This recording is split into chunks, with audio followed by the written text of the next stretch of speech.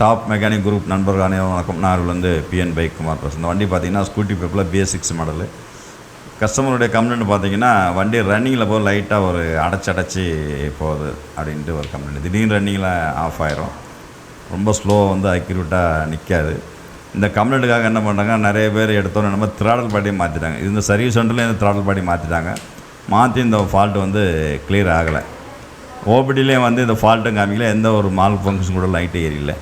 இந்த மாதிரி BS6 வண்டிங்களில் வந்து அது ஸ்கூட்டி பெப்பு இந்த மாதிரி வண்டிகளில் வந்து அதிகமான கம்ப்ளைண்ட் வரக்கூடிய வந்து அந்த HT காயில் சொல்லக்கூடிய பவர் காயில் வந்து இப்போ ஸ்டார்டிங்லாம் கிளியராக இருக்கும். காலைல டைம்லாம் ஸ்டார்டிங் கிளியராக இருக்கும், எப்போ அடித்தாலும் ஸ்டார்ட் ஆகும். அதனால் வந்து அதை பற்றி யாரும் ரொம்ப இது பண்ண மாட்டாங்க.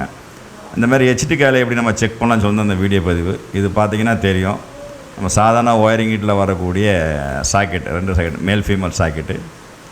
ஏற்கனவே ஒரு 250 ரூபா அந்த டிஜிட்டல் மீட்ரு, அதாவது ஓல்டையும் பார்த்துக்கலாம், ஆம்பியரையும் பார்த்துக்கலாம்.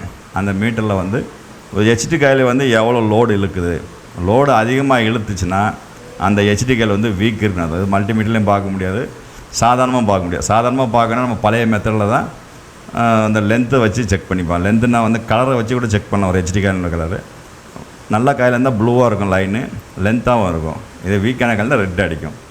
இந்த வண்டியில் அதே கம்மியாக தான் ஸ்டார்டிங் டாப்பில் இருந்த வண்டியில் இல்லை. ரன்னிங்கில் போகிறப்போ ஒரு 20 25 ஸ்பீடு வந்து மூவ்மெண்ட்டாக இருக்கும். வந்து ஒரு அழுத்தம் இருக்கும், வண்டியில் விட்டு பிடிச்சி போகிற மாதிரி இருக்கும். BS6 இந்த ஃபால்ட் வந்து அதிகமாக வருது இப்போ வந்து வர வண்டிங்களில். அதுக்கு மாற்று வழி இப்போ நிறைய வண்டிகளை வந்து கண்டுபிடிச்சிட்டாங்க. இருந்தாலும் இந்த மாதிரி மாடல் வண்டிகளை வந்து நம்ம என்ன பண்ணலான்னு சொன்னால் அந்த வீடியோ பதிவு. த்ராடல் பாடி, புது த்ராடல் பாடி மாற்றிருக்காங்க. மாற்றியும் ஃபால்ட்டு கிளியர் ஆகலை. கஸ்டமர் தான் செலவு, ஒரு 5000 ரூபா மேலே செலவு பண்ணி ஒரு வாரம் ஆகியும் இந்த ஃபால்ட்டை வந்து கிளியர் பண்ண முடியல. ஏன்னா காயில் மேலே வந்து டவுட் யாருமே வரல. இது வண்டியோட ஒரிஜினல் BS6 காயில்.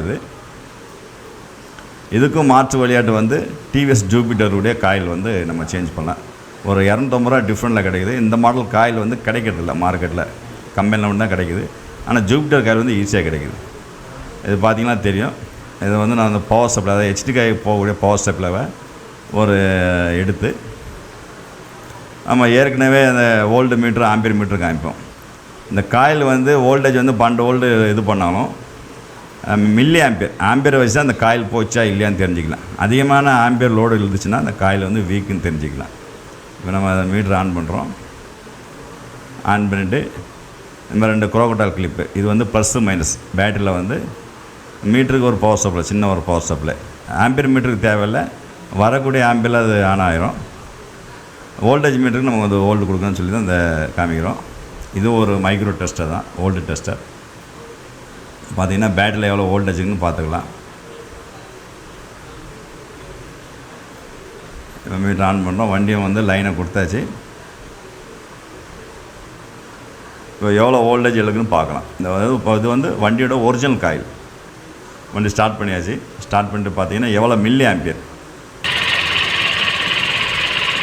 80, 17, 19, 18. இந்த காயில் வந்து கம்ப்ளைண்ட் இருக்குது. ஆனால் வந்து ஸ்டார்டிங் ட்ரப்பில் எதுவுமே இந்த காயில் வந்து காட்டவே கட்டாது. 85 மில்லி ஆம்பியர் வரைக்கும் அது லோடு இல்லை, 1 ஆம்பியர் வரைக்கும் வரப்போகுது. ஆனால் இதே நல்ல காயிலாக இருந்தால் உங்களுக்கு ஒரு 18 ஆம்பியருக்கு மில்லி ஆம்பியர், அது ஆம்பியரில் மில்லி ஆம்பியர் வரைக்கும் அவங்களுக்கு ஐயா லோடு இருக்காது.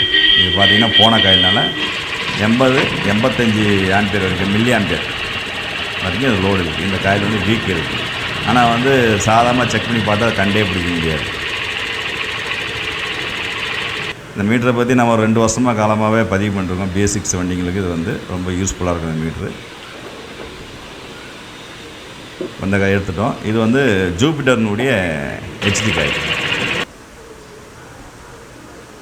இது பார்த்திங்கன்னா ஸ்டார்ட் பண்ணி பார்த்தீங்கன்னா 18 ஆம்பியர் மேலே போகவே இல்லை, அதாவது 18 மில்லி ஆம்பியர் மேலே போகவே இல்லை. பேட்டரியோட வோல்ட்டு காட்டுற மீட்ரு இது. பேட்டரி வந்து இப்போ ஃபுல்லாக ரைஸ் பண்ணுறோம். ரைஸ் பண்ண பேட்டரியினுடைய வோல்டேஜ் வந்து ஏறுது, 13 வரைக்கும் ஏறுது. ஒரு எளிமையாக இந்த மாதிரி ஒரு ஆம்பியர் மீட்ரு மூலியமாட்டு நம்ம கண்டுபிடிக்கிறப்போ இந்த BS6 வண்டிகளில் வந்து இந்த காயில் வந்து ஃபால்ட் இருக்கிறது வந்து துல்லியமாக வந்து கண்டுபிடிச்சிடலாம். இது OBD ஸ்கேனர்லேயும் அதை வந்து வெளியே இந்த ஃபால்ட்டு காட்டவே காட்டாது. மால்கோட் ஃபங்க்ஷன் இந்த ஃபால்ட்டு காட்டாது. ஒரு அனுபவ ரீதியாக பண்ணி போகிறப்ப தான் அந்த ஃபால்ட் வந்து சக்ஸஸ் பண்ண முடியும். அதுக்காக ஒரு வீடியோ பதிவு தான் அது. இது பார்த்திங்கன்னா புது காயில்.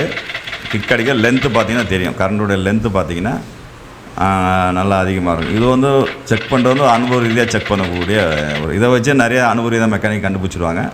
இது வந்து ஓல்டு காயில் நான் கிக் பண்ணி காமிக்கிறேன். லென்த்து பார்த்தாலும் உங்களுக்கு தெரியும். செல்ஃப் எவ்வளோ அடித்தாலும் லென்த்து வரல. ஆனால் ஸ்டார்டிங் ட்ரபிள் எதுவுமே இந்த வண்டி வந்து காட்டாது. ஒரு இடத்துல ஸ்டார்ட் ஆகிற வண்டி எல்லாமே காட்டும்.